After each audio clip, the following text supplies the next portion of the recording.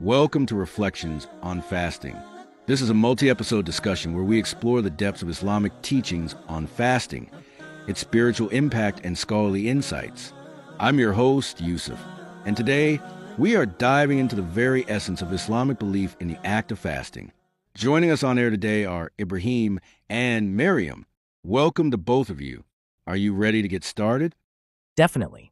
Thanks for having me. Yeah, me too. I'm so excited to be part of this discussion today. Thank you for inviting me. So first, let's start with the basics. Ibrahim, can you tell us how Islam defines fasting? Okay, so fasting is an act of worship where a Muslim abstains from food, drink, and marital relations from Fajr to Maghrib with the intention of obeying Allah.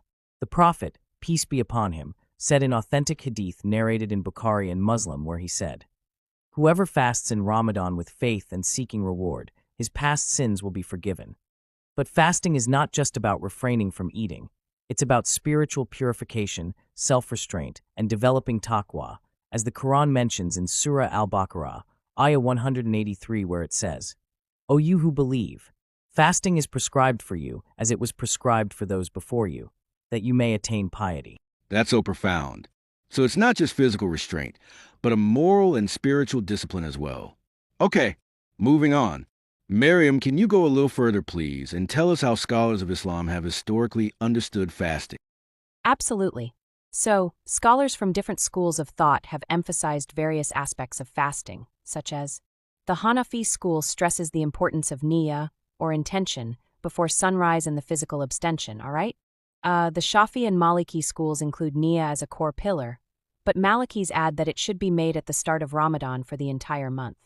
The Hanbali school goes so far as to add that even if someone eats out of forgetfulness, their fast remains valid, referencing a hadith from Bukhari and Muslim where it says, "If someone forgets while fasting and eats or drinks, let him complete his fast, for it is Allah who has fed him and given him drink." This really highlights Allah's mercy in fasting. So what this is saying is, our mistakes don't necessarily invalidate the fast. It's really amazing to have such nuances present that show the wisdom of Islamic jurisprudence. Now, can one of you elaborate further on the deeper spiritual purpose behind fasting? Of course, fasting is an act of ikhlas, or rather sincerity, because only Allah knows if we are truly abstaining.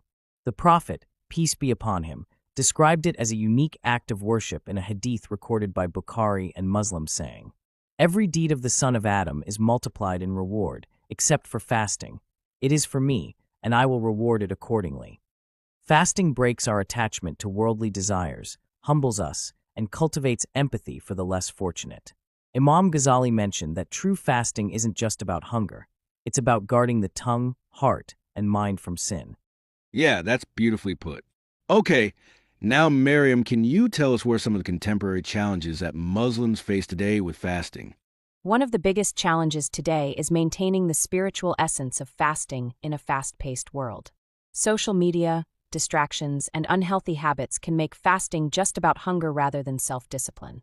That's why focusing on dua, Quran recitation, and cutting down on unnecessary distractions is crucial during the times of fasting. That's such an important point. It's so easy to get caught up in emotions and forget the deeper purpose behind fasting.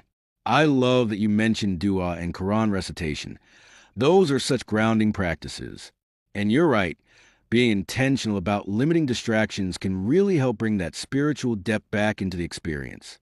All right, before we wrap things up, do either of you have any final thoughts you'd like to share? Yes, I do. I just want to add that the essence of fasting is summarized in one hadith narrated by Ibn Majah. It says, "Perhaps a fasting person gets nothing from his fast except hunger and thirst." This shows that we must go beyond hunger and focus on improving our akhlaq, increasing dhikr, and strengthening our bond with Allah. And remember, fasting is a gift, not a burden. It's an opportunity for personal growth and nearness to Allah. Jazakumullahu khairan to both of you for your insights. I'm sure our listeners found it very helpful.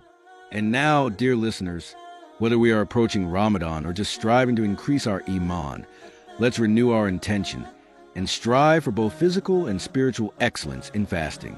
Stay tuned for our next episode, where we discuss the beliefs and practices of the types of fasting in the Islamic faith. This has been Reflections on Fasting, your source for Islamic knowledge on the beliefs and practices of Muslims here at home and around the world. Until next time, may your journey be filled with peace, joy, and blessing. Assalamu alaikum.